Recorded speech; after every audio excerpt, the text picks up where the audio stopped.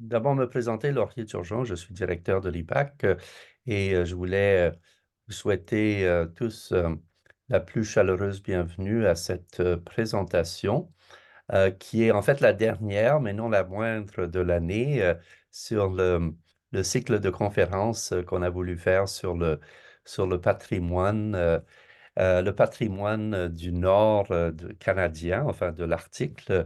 Et nous avons aujourd'hui la chance et le plaisir d'accueillir Esther Lévesque, qui est professeure d'écologie végétale à l'Université du Québec à Trois-Rivières, mais qui est une ancienne diplômée de l'Université Laval.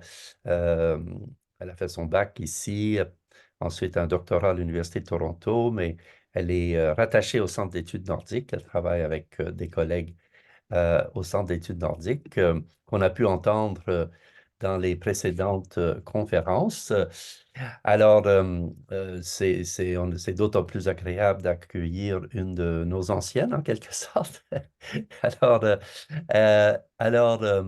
Esther a fait des recherches qui se concentrent sur les interactions entre les changements structurels de la végétation et les écosystèmes nordiques, hein, notamment le continuum entre périgélisol, végétation, neige. Euh, Elle favorise la recherche interdisciplinaire et elle a beaucoup contribué à la mise en place d'un suivi environnemental communautaire au Nunavik et la réalisation de camps de sciences. J'étais très intrigué par cette idée de camps de sciences sur le territoire. Elle va nous en parler d'ailleurs aujourd'hui. Et qui favorise les échanges intergénérationnels et interculturels entre chercheurs et puis communautés autochtones. Elle a contribué à un livre qui a un titre très, très intriguant, Le caribou n'a plus le même goût. Les aînés inuits observent les changements climatiques, un livre auquel elle a contribué et qui vient d'être publié aux presses de l'Université du Québec. Alors, on a très hâte de vous entendre, Esther, donc la parole est à vous. Bonjour tout le monde. C'est un peu intimidant de donner une conférence puis de pas de voir de près les gens qui sont là, mais je vous salue tous et je vais essayer de partager un peu là, de ma vision du Nord qui change. Je vais faire mon partage d'écran. Ben, j'ai choisi comme titre l'Arctique verdi parce que c'est quelque chose dont on entend parler beaucoup. Puis j'ai en sous-titre étudier ces changements-là ensemble parce que pour moi, le travail d'équipe, vous allez voir, c'est au cœur de mes interactions, de mes intérêts. J'ai décidé de faire un peu comme on fait toujours quand on travaille dans le Nord, on se présente. Qui est-ce qu'on est avec les communautés?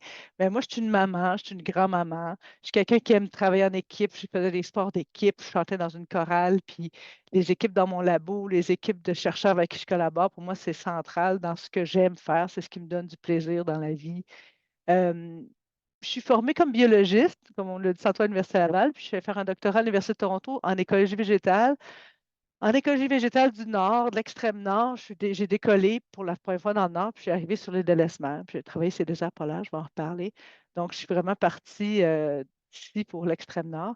Puis apprendre, partager, pour moi, c'est essentiel, travailler avec différents médiums, différents types de partenariats. Moi, ça me stimule beaucoup.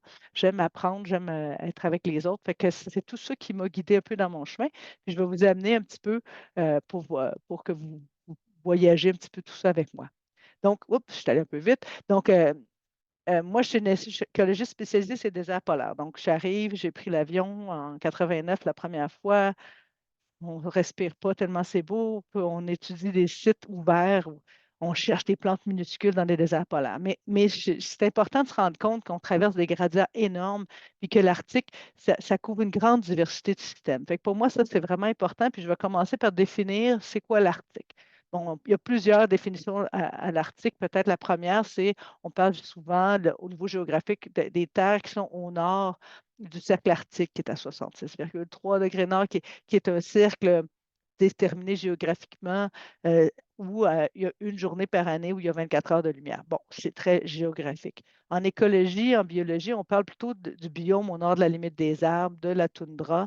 Donc, euh, Donc, si on voit ici la ligne de la limite des arbres, on voit qu'elle ne suit pas, elle ne suit pas nécessairement le cercle arctique. Par exemple, c'est du côté ouest, la limite des arbres va plus au nord que le cercle arctique, tandis qu'au Québec, la limite des arbres est plus au sud. Puis on comprend qu'avec les changements actuels, c'est des choses qui vont encore être dynamiques, etc. Mais pour l'écologiste que je suis, si je parle plus de la toundra quand je parle de l'Arctique.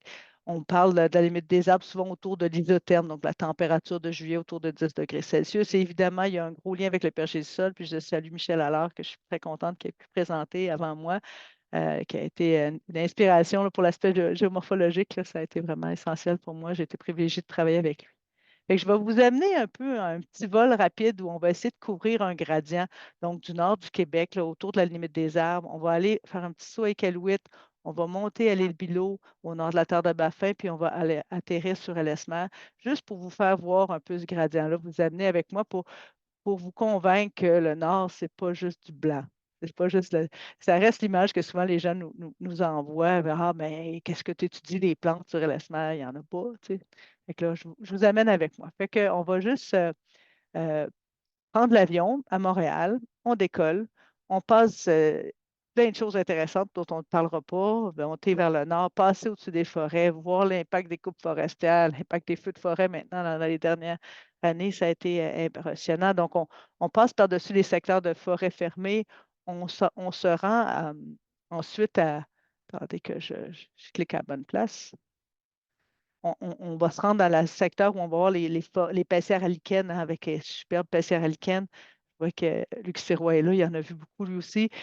Puis aussi des milieux humides qu'on peut avoir dans ce secteur-là. Donc ici, on va être rendu, mettons, à Kuujjuarapik ou à Pamagushtui, donc un village qui est très intéressant en lui-même, où on a le centre d'études nordiques a une station importante, puis où il y a des Cris et des Inuits qui partagent le même territoire, mais dans la même communauté côte à côte, c'est vraiment intéressant. Mais ici, on a encore quand même pas mal d'arbres à la limite des arbres.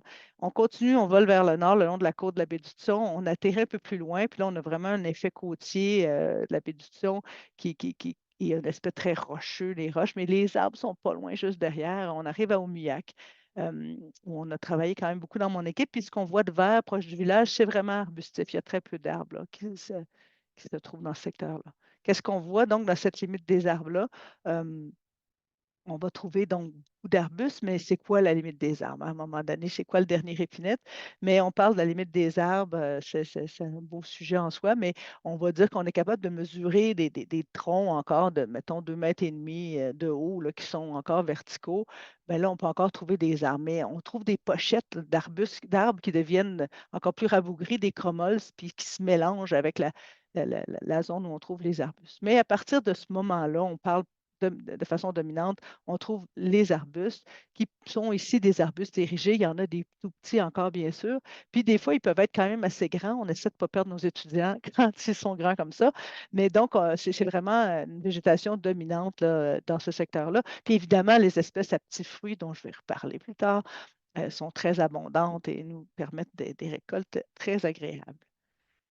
On va reprendre l'avion. Donc, on était ici à Omiak. On va prendre l'avion puis on va s'en aller vers Iqaluit. Donc, on passe ici par-dessus le, le- la, la fjord, puis on arrive sur la terre de Baffin. Iqaluit, c'est une grosse ville maintenant, avec des rues, beaucoup d'autos. C'est quand même impressionnant, mais autour d'Iqaluit, on trouve encore beaucoup d'arbustes, encore quelques arbustes érigés, beaucoup d'arbustes proches. Très une belle diversité d'espèces. Donc, c'est encore un site diversifié, quoique très rocheux, hein. C'est du précambrien.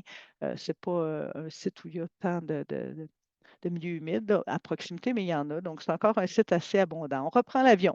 On redécolle du Calouite, puis là, on va vraiment traverser, on va passer au-dessus de la terre de Baffin pour se rendre jusqu'à Iqaluit. Donc, il y a des secteurs où on a vraiment de la glace, c'est vraiment un des vols les plus beaux là, que j'ai vus de ma vie. Puis on arrive ici, je vous amène sur l'île Bilot, où il y a beaucoup, beaucoup de projets au Centre d'études nordiques qui sont centrés sur l'île Bilot à cause de ces petits points blancs, j'espère que vous voyez, qui sont nos amis les oies, qui sont là deux par deux, parce que c'est un grand site important d'éducation des oies. Il y a beaucoup d'autres projets de recherche qui sont faits là, mais c'est puis toute la dynamique tropique, c'est vraiment un site très intéressant. Mais vous voyez qu'on est loin du Québec, mais c'est encore beaucoup de végétation. Puis on y trouve la limite nordique des arbustes dirigés, ici avec Salic richardsoni.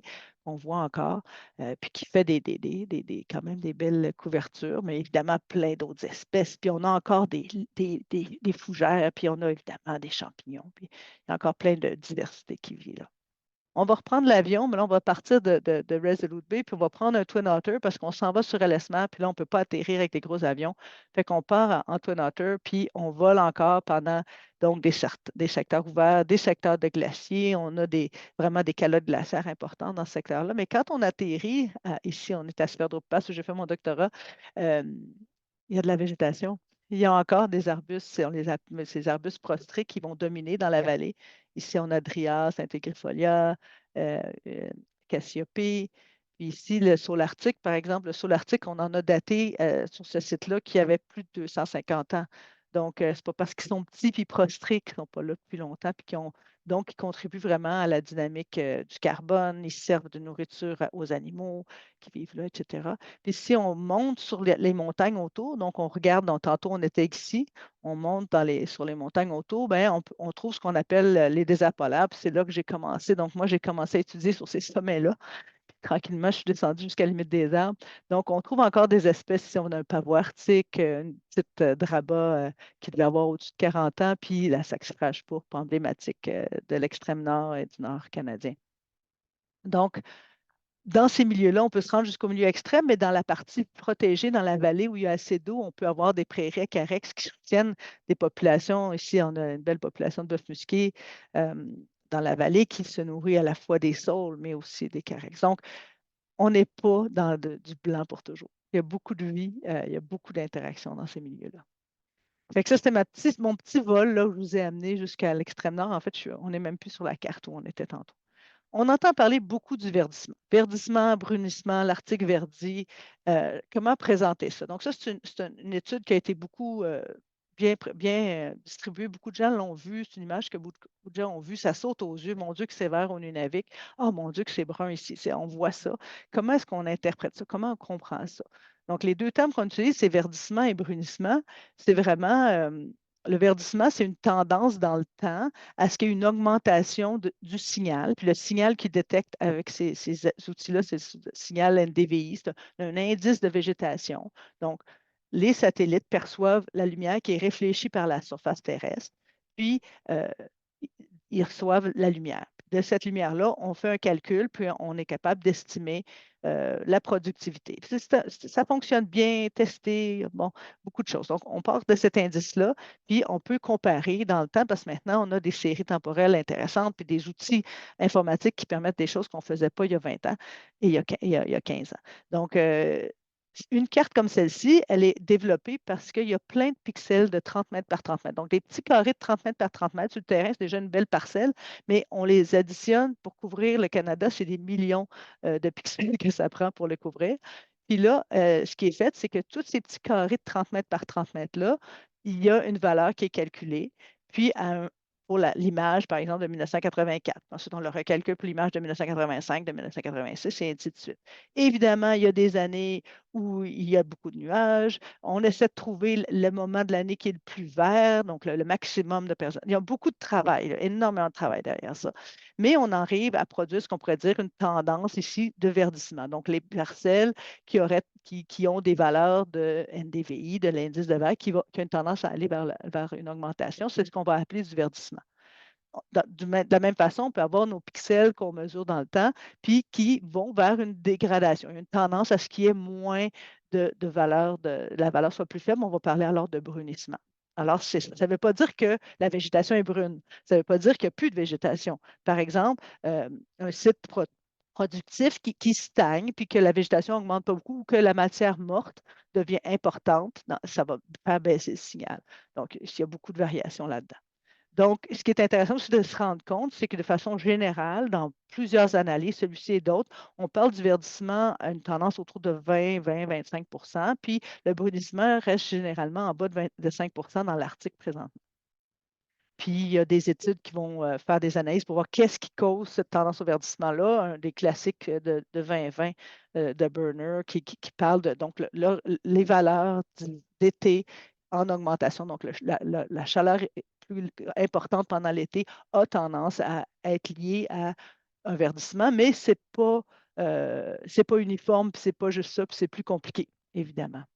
Donc, si on revient ici, puis qu'on regarde donc des secteurs sur cette carte-là qui, euh, qui étaient contrôlés en fait pour les feux de forêt, on pense quand même tout de suite que les forêts boréales, ils passent au feu, ça doit jouer dans le verdissement. Puis c'est sûr que dans les cycles de feu sur une parcelle vont faire que la valeur NDVI va baisser l'année suivante. Mais après un an ou deux, ça reverdit, ça va remonter. Donc, ça crée de l'hétérogénéité. Mais c'est certain que les moments de sécheresse au centre du Canada euh, peuvent jouer beaucoup sur des périodes de brunissement. Dans l'Arctique, la dégradation de pergésiol, de l'assèchement aussi, sont certainement aussi des facteurs qui peuvent amener un signal qui brunit. Mais j'aimerais juste mentionner la complexité que ça va, puis qu'on est en train d'étudier de mieux en mieux. Par exemple, dans nos pixels, on peut avoir un verdissement, tu sais, donc une période où ça ne pousse pas bien, puis tout d'un coup, une période qui pousse bien, ça peut être suffisant pour faire une période plus courte de verdissement.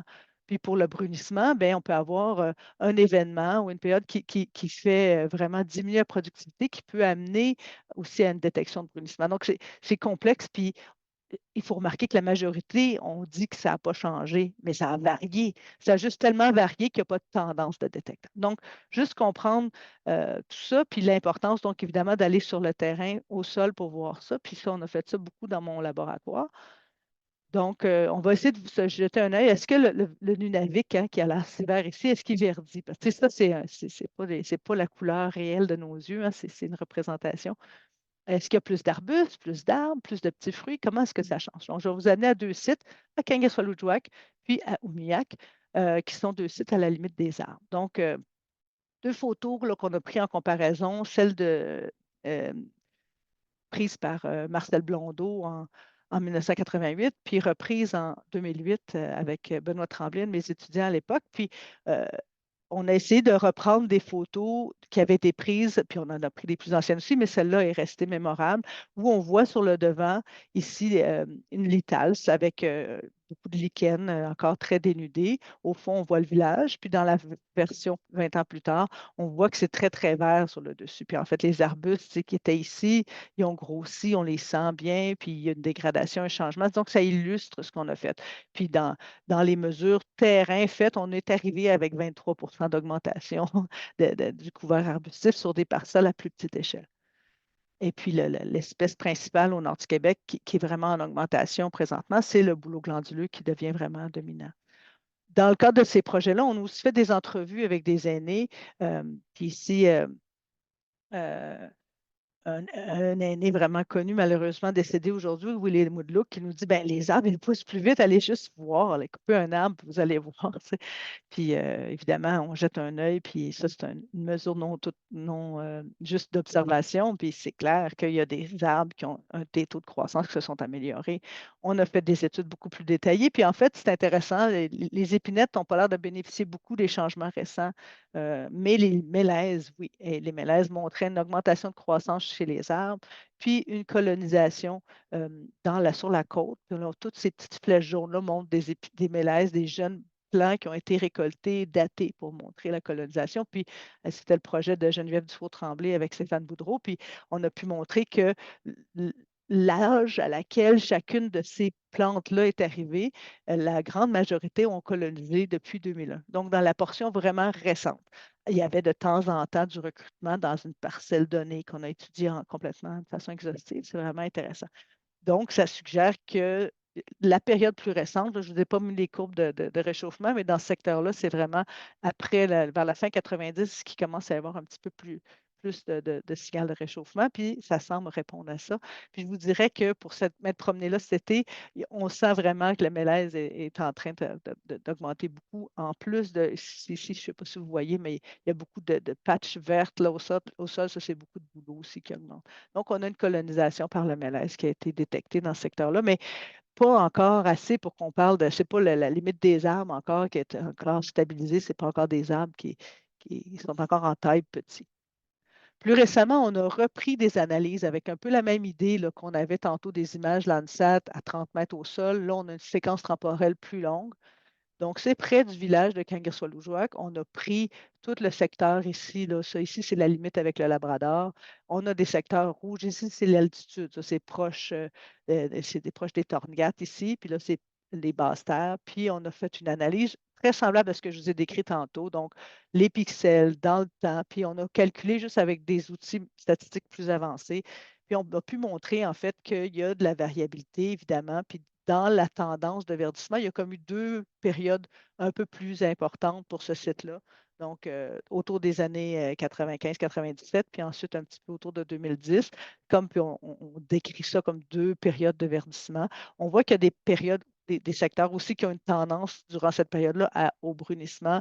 Encore une fois, très faible dans notre étude. Dans cette étude-là, c'était de l'ordre de 2 une plus grosse proportion qui verdit, mais encore autour de 20-25 donc beaucoup de parcelles qui restent dans le pas de tendance détectable en invariant. Donc, on a beaucoup de bonnes évidences qui montrent qu'il y a un verdissement, qu'il y a une augmentation, puis les espèces arbustives sont dominantes dans ces changements-là. Quand on va plus vers le nord, on pourrait se poser la même question, est-ce qu'on va se rendre à avoir beaucoup plus de végétation euh, dans les déserts polaires? Est-ce qu'on va passer d'une végétation clairsemée à une végétation beaucoup plus continue? Euh, on peut travailler sur des questions là-dessus. Il y a des questions d'abondance d'eau, de transformation, mais clairement, il y a des espèces qui semblent profiter ici. On a à Bilo, donc on est à notre site où on est à la limite nord de nos arbustes érigés. On voit des parcelles d'arbustes érigés ici, on les sent, on voit la topographie.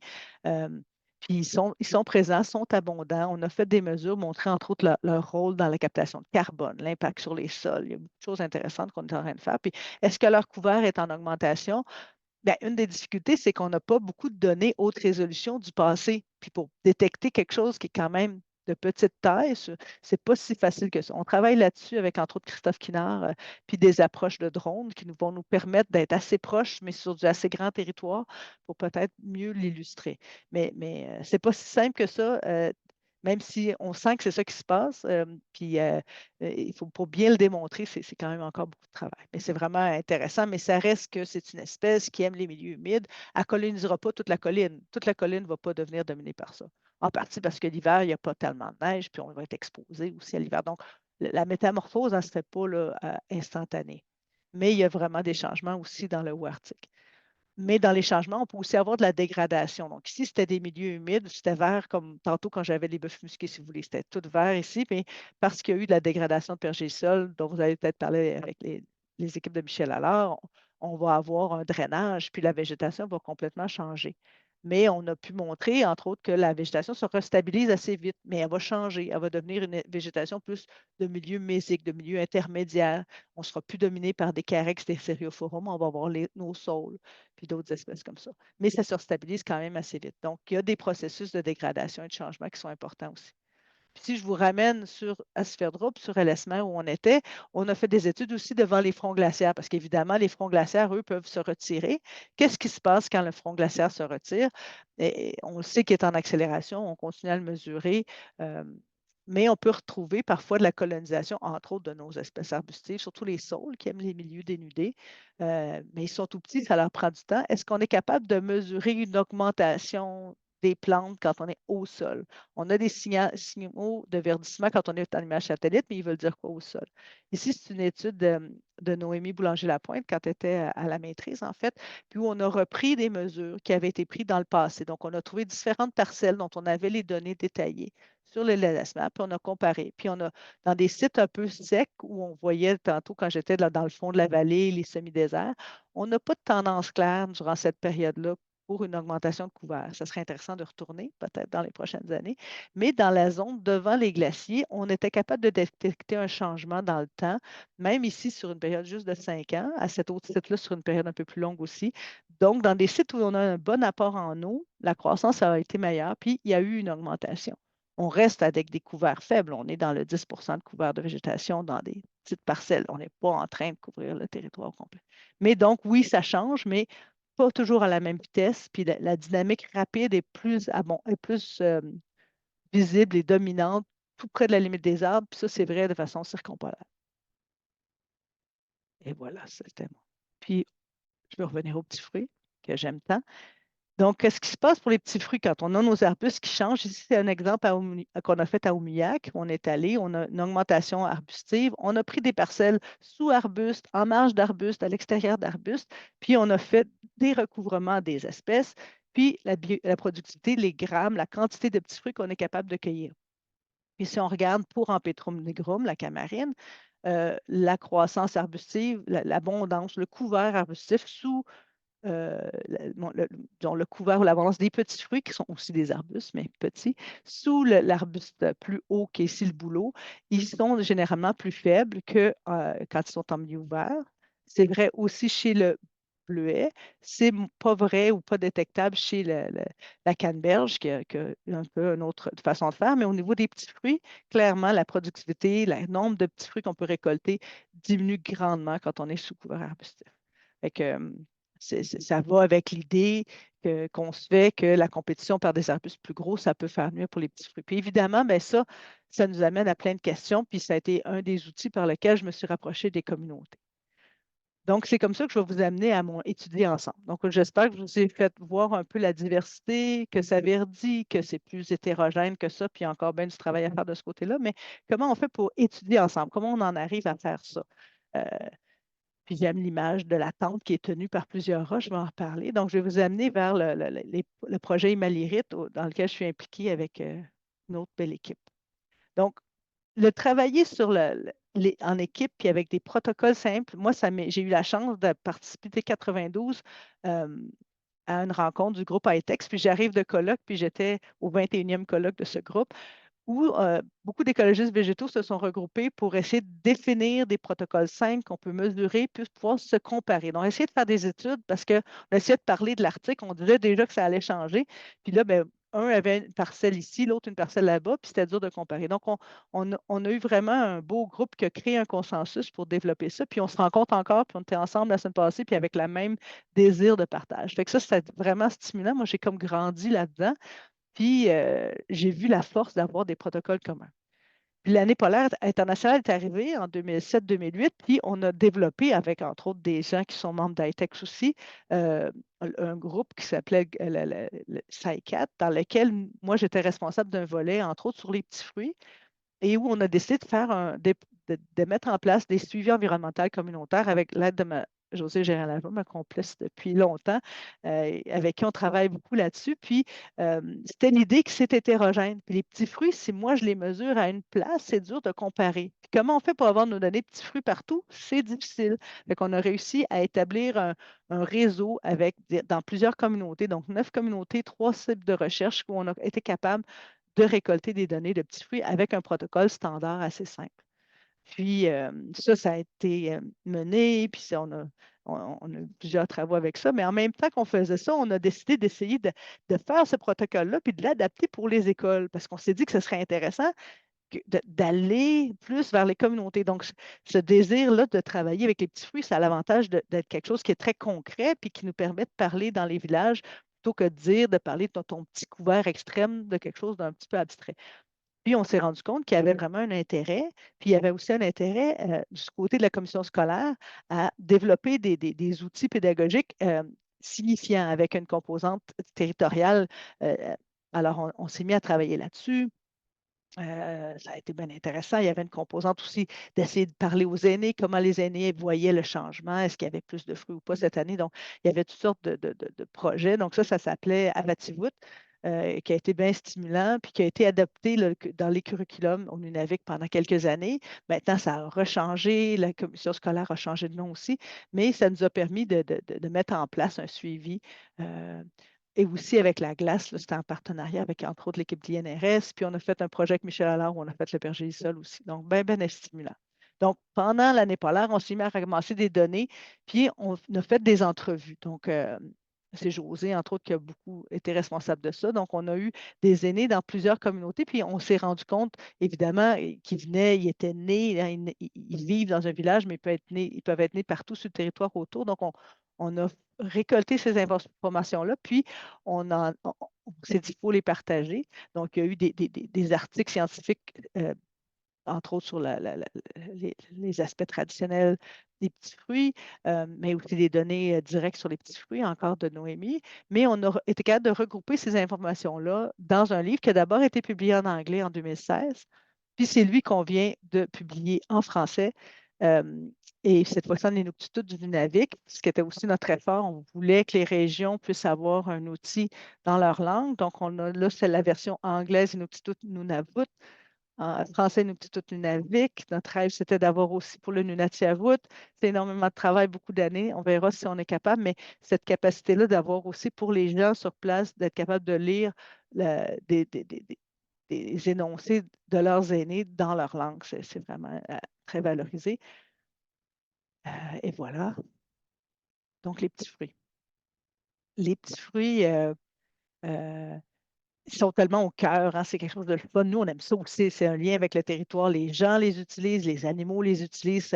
C'est vraiment une ressource importante. Puis, dans un des articles, on a montré, entre autres, tout le lien et que les plantes et les petits fruits sont utilisés autant sur le territoire, dans la communauté, il y a un rôle important dans le village. Là, je vois que le temps file.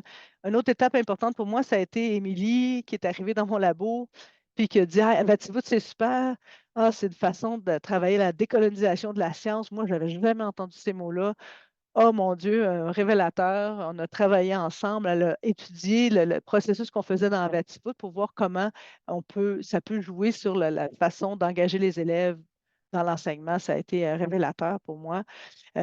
Après ce projet-là et d'autres initiatives, on voulait faire quelque chose sur le territoire, faire des camps de sciences pour pouvoir, j'espérais, travailler sur la végétation avec les gens du village. On a fait un appel à tous. Il y a une communauté qui a répondu, hein. Les chercheurs se cherchent une communauté qui veulent travailler avec eux. Puis on a abouti à Kangeswalujwak.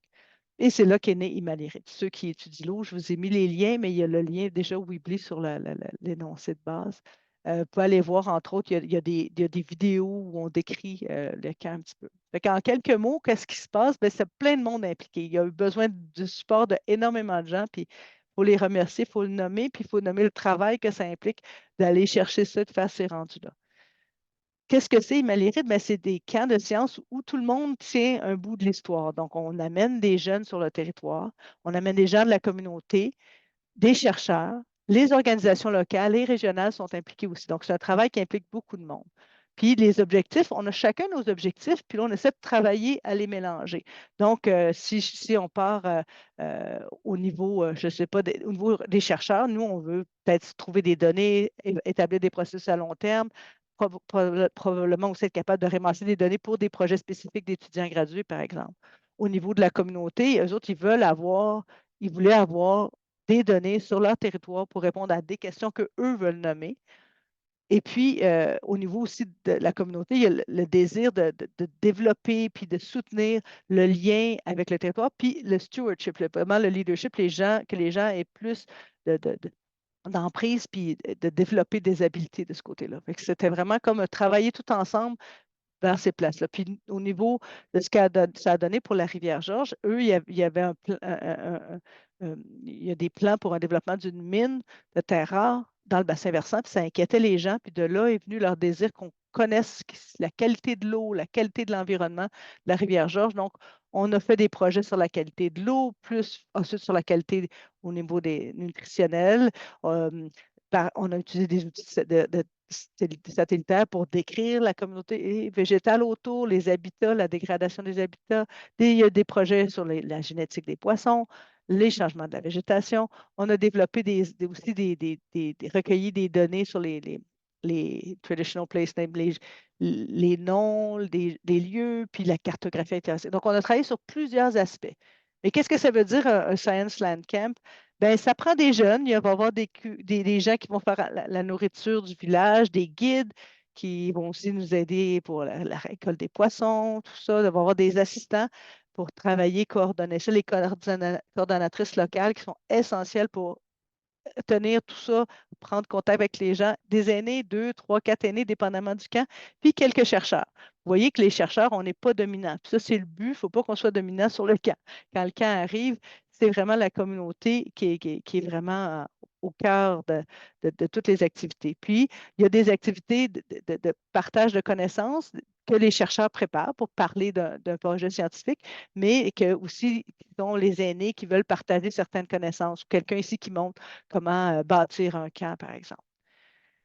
Dans les innovations qu'on a faites, c'est qu'on a pensé à inviter des mentors inuits. Donc, on a des gens qui font de la science, Tim est vraiment une ressource exceptionnelle. Puis ensuite, des jeunes qui sont en formation au niveau technique avec Inuit, puis qui, eux, viennent, puis les jeunes de 12 à 17 ans qu'on amène du village, ils voient des un peu plus vieux qu'eux qui sont capables d'étudier la science. Puis ça, c'est très stimulant, ça crée des liens incroyables. Puis ils peuvent se parler en Inuktitut, puis ici, c'est tellement plus direct. Fait que ça aussi, c'est une chose qu'on fait à travers. Donc, à travers le temps, juste un clin d'œil au camp, le groupe de 2016 avec Émilie puis José pour le premier camp. 2017, encore sur la rivière Georges. 2018, une belle grosse gang. Puis après ça, déjà, on avait des retours qui nous disaient que l'attitude des jeunes par rapport à la science s'améliore parce que ça devient plus familier, quelque chose de concret, puis que les gens de leur communauté trouvent important, c'est stimulant. Puis Hilda Snowball, qui est maintenant la directrice à l'ARC, euh, a dit aussi que ça donne l'opportunité à des gens qui ne vont pas beaucoup sur le territoire d'aller sur le territoire puis d'être en contact avec des aînés qui leur partagent du savoir. Là, nous, ça nous bouleverse quand des choses comme ça arrivent parce que nous, au début, on ne fait pas tout ça pour ça. On essaie de faire arriver, de faire du partage de connaissances, puis c'est qu'on se rend compte qu'on aide aussi au lien avec les valeurs, puis le savoir qu'eux ont, ça nous encourage beaucoup. Fait qu'on a continué à en faire des camps, puis il y a eu une demande qui a été faite l'idée par la communauté, par les jeunes de la communauté, puis ils sont allés chercher un prix Inspiration Arctique qui leur a permis de continuer. Fait qu'on a continué à développer des camps. En 2020, tout était prêt, les skidoo étaient prêts, on allait faire notre premier camp d'hiver, mais la pandémie est arrivée. Il a fallu se retirer, fait qu'on n'a pas pu faire le camp de 2020, mais on s'est repris en 2021, un camp marin, 2022 aussi, près de la côte, où on est allé récolter des moules. Puis en 2023, on fait notre premier camp d'hiver. Donc, ils sont en train de préparer, l'équipe est en train de préparer le camp pour 2024. C'est des occasions vraiment qui transforment les jeunes des villages, mais les jeunes chercheurs, les étudiants souvent de maîtrise doctorat qui accompagnent sont aussi transformés par ces occasions-là. Puis c'est des gens généralement qui ne viennent pas d'une formation en sciences sociales ou humaines, quoique là, dans le camp d'hiver, on a pu faire ça aussi, puis ça nous a enrichi encore plus. Donc, on est toujours un peu dans un peu la fragilité de la difficulté des imprévus qui vont arriver, mais dans la force puis la beauté de ces apprentissages. C'est vraiment. Puis tu sais, ça rayonne. Moi, je ne suis pas là, je ne suis pas dans les camps, mais je sais que ça influence complètement ma façon de faire les choses aussi. Puis on essaie de le partager. C'est vraiment des choses exceptionnelles. On a travaillé, entre autres, sur un research agreement. Ça nous a amené encore à développer, trouver, partager d'autres choses, comprendre d'un côté et de l'autre les besoins, les attentes. C'est vraiment extrêmement intéressant. Fait que je vais arrêter là parce que je sais que j'ai déjà dépassé mon temps. Mais c'était ce que je voulais vous présenter aujourd'hui.